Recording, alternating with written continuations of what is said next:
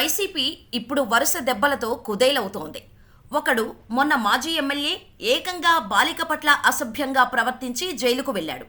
ఇప్పుడు ఏకంగా వైసీపీలో కింగ్ ఆఫ్ ద రింగుగా వెలుగొందిన ఎంపీ విజయసాయిరెడ్డిపై ఓ ఫిర్యాదు యావత్ ఏపీ పాలిటిక్స్ని షేక్ చేస్తోంది.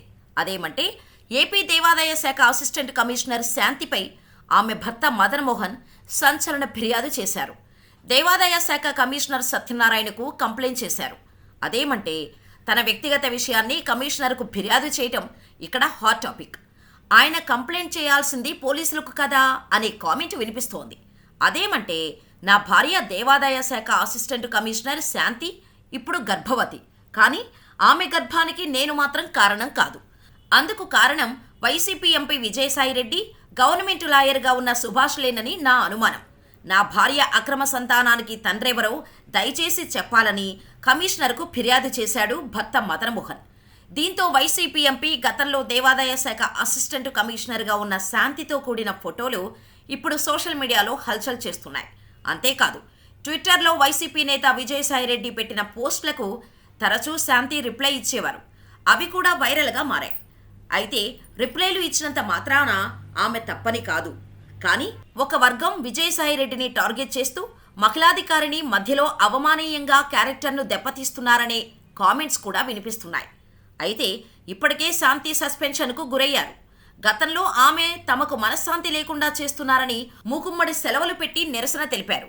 దీంతో ప్రభుత్వం సీరియస్గా తీసుకొని నోటీసులు జారీ చేసింది. తర్వాత సస్పెన్షన్కు గురయ్యారామె. ఇప్పుడు భర్తే నా భార్యతో విజయసాయిరెడ్డి, లాయర్ సుభాష్లతో అక్రమ సంబంధం ఉందని ఫిర్యాదు చేయటం హాట్ టాపిక్గా మారింది. ఇంతవరకు విజయసాయిరెడ్డిపై ఇల్లీగల్ వ్యవహారాలతో లింకు ఉన్నట్టు ఎక్కడా రూమర్స్ కూడా రాలేదు. చాలామంది వైసీపీ నేతలపై ఇలాంటి కామెంట్స్ గతంలోనే వినిపించాయి. అనైతిక పనులు చేస్తూ సీనియర్ లీడర్లు కూడా అబాసు పాలయ్యారు.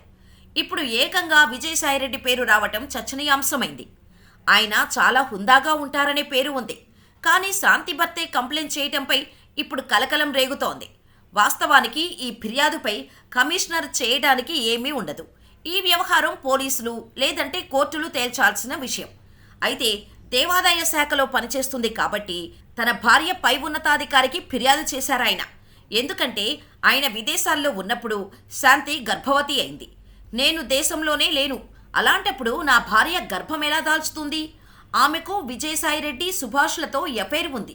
వారిలో ఆమె కడుపులోని తండ్రి ఎవరో తేల్చాలి. అంతే తప్ప తాను మాత్రం తండ్రిని కాదని తెగేసి చెప్పారు. వాస్తవానికి ఈ విషయాన్ని కమిషనర్ సీక్రెట్గా ఉంచాలి, అంతర్గతంగా విచారణ చేయాలి. కానీ ఇది కాస్త ఆయన మీడియాకు లీక్ చేశారు. జనమంతా వినేటట్టు ఇప్పుడు ఫిర్యాదు చేసినట్టేంది.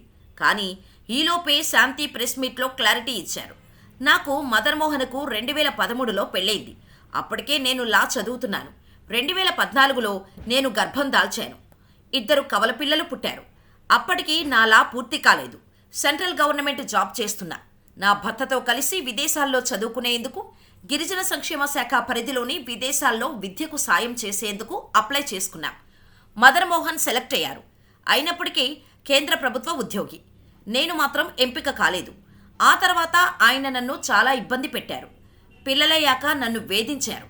తర్వాత చదువు కోసం విదేశాలకు వెళ్ళారు. ఆ తర్వాత విదేశాల నుంచి వచ్చి నన్ను వేధించారు. లా పూర్తయ్యాక హైదరాబాద్లో 2 కోర్టుల్లో 2 సీనియర్ లాయర్ల దగ్గర నేను ప్రాక్టీస్ చేశాను. నాకు ఆ రోజుల్లోనే 75,000 రూపాయలు వచ్చాయి. నేను బాగానే సంపాదించుకున్నాను. నా భర్త ఉద్యోగం చేస్తూనే ఉన్నాడు. కానీ నన్ను మాత్రం దారుణంగా టార్చర్ పెట్టాడు. ఇంతలో బ్యాక్లాగ్ వేకెన్సీకు నోటిఫికేషన్ వస్తే నేను గ్రూప్ 1 ఎగ్జామ్కు ప్రిపేర్ అయ్యాను. నా అదృష్టం కొద్దీ ఎంపికయ్యాను. నా భర్త మాత్రం విడాకులు తీసుకుందామన్నాడు. నేను ఆయనకు రాసిచ్చాను.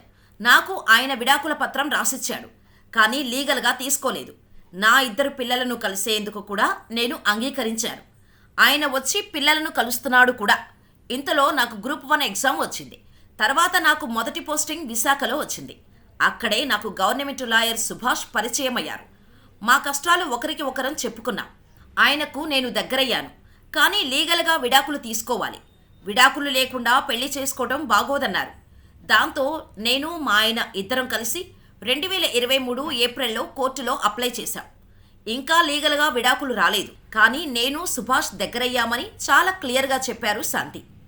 నా భర్తకు ఇప్పుడేమైందో తెలీదు. నేను ఆయనకు 30 కోట్ల రూపాయల ఆస్తి సంపాదించి పెట్టాలని డిమాండ్ చేస్తూ వచ్చాడు. నా ఉద్యోగానికి అంత సంపాదిస్తానా నేను? నా జీతం కేవలం 58,000 మాత్రమే. ప్రొబేషనరీ పీరియడ్లో ఉన్నాను. ఇక నాకు విజయసాయిరెడ్డికి లింకు పెట్టాడు. ఆయన వయసు 68 ఏళ్ళు, నా వయసు 35 ఏళ్ళు. అంత పెద్ద వ్యక్తితో నాకు అక్రమ సంబంధం అంటగడతారా? నాకు ఉద్యోగరీత్యా మొదటిసారి నేను విజయసాయిరెడ్డిని కలిశాను. దేవాదాయ శాఖ పరిధిలోని ప్రేమ, సమాజం, భూమి విషయంలో నేను పోరాడాను.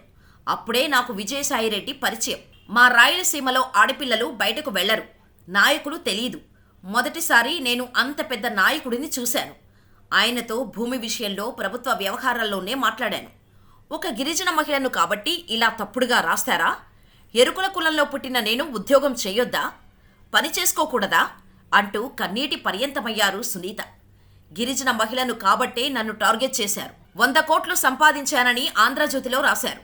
అందులో 35 కోట్లు మదన్ మోహన్ అడుగుతున్నారు. నన్ను ఒక అధికారి చేయి పట్టుకొని తప్పుగా ప్రవర్తిస్తే ఎవడేవురా నువ్వు అని నిలదీశాను. అతని మీద ఇసుక పోశాను.